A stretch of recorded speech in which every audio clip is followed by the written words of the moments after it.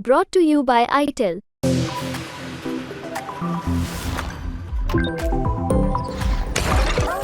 UP के कैसरगंज से वही हुआ जिसके बारे में पहले से ही चर्चा थी। बीजेपी ने अपने मौजूदा सांसद ब्रजभूषण शरण सिंह का टिकट काट दिया है, लेकिन विरोधियों को खुश होने का कोई मौका नहीं मिला। टिकट ब्रजभूषण का कटा, लेकिन मिला उनके ही छोटे बेटे करण भूषण सिंह को। करण फिलहाल उत्तर प्रदेश कुश्ती संघ के अध्यक्ष हैं, यानी बीजेपी ने टिकट भले ही काट दिया, लेकिन उम्मीदवार उसी घर से, उसी परिवार से है। ये सवाल लंबे समय से पूछा जा रहा था कि जिस ब्रजभूषण शरण सिंह पर महिला पहलवानों ने यौन उत्पीड़न का आरोप लगाया है, मामला कोर्ट में है, क्या उसे टिकट देकर क्या बीजेपी जाट वोटर्स की नाराजगी मोल लेगी?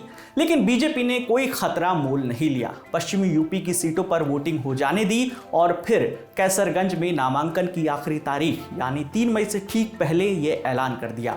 इस सीट पर 20 मई को वोट डाले जाने हैं। भारतीय कुश्ती संघ के अध्यक्ष रह चुके बीजेपी के सांसद ब्रजभूषण के तेवर देखने से पता चल रहा था कि पार्टी में ऊपर उनकी बात हो चुकी है और अगर उन्हें टिकट नहीं भी मिला तो उनकी पसंद को ही टिकट मिलेगा। हाल ही में दिया उनका ये बयान इस बात की तस्दीक करता है। बड़ी जिज्ञासा है आप लोगों के अंदर कैंडिडेट को लेकर के। हम इतना जरूर कहेंगे, कैंडिडेट का नाम आप जब सुनेंगे तो खुश हो जाएंगे। बस कैंडिडेट का आप नाम सुनेंगे तो खुश हो जाएंगे। और जहां तक हमारा सवाल है, जेहि विद होए नाथ हित मोरा, करो सुबेग दास मैं तोरा, और कौन सो काज कठिन जग माही, जो नहीं हुआ तात तुम पाही, और वही है वही जो राम रचिया। तो तर्क वितर्क करने की आवश्यकता नहीं है।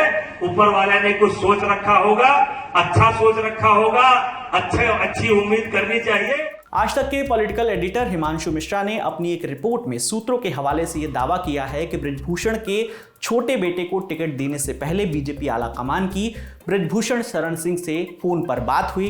टिकट का ऐलान नहीं हुआ था, लेकिन ब्रजभूषण की सभाएं लगातार हो रही थी। लंबे लंबे काफिले के साथ वो कैसरगंज सीट के इलाकों का दौरा कर रहे थे।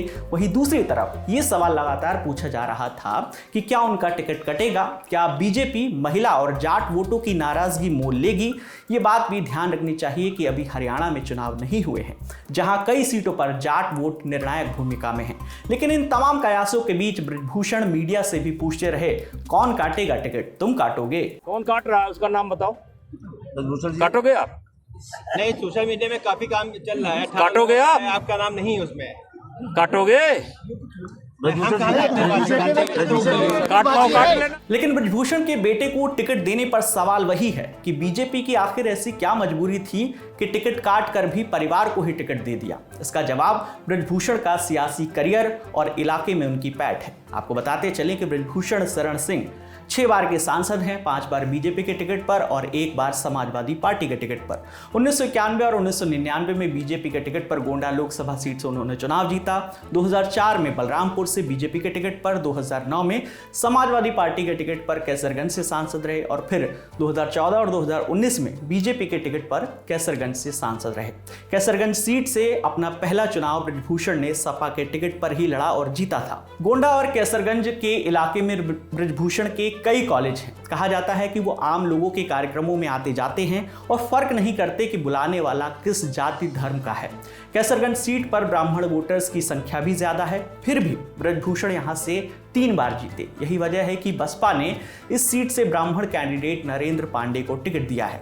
अब ये देखना दिलचस्प होगा कि ब्रजभूषण अपने बेटे को जिता पाते हैं या नहीं, और क्या इसका असर जो है वो आगे के चरणों में होने वाले चुनाव पर पड़ता है या नहीं। इस पूरी खबर पर आपकी जो भी राय है आप हमें कमेंट सेक्शन में जरूर बताइएगा। मेरा नाम है विकास वर्मा, देखते रहिए द लल्लन टॉक। शुक्रिया।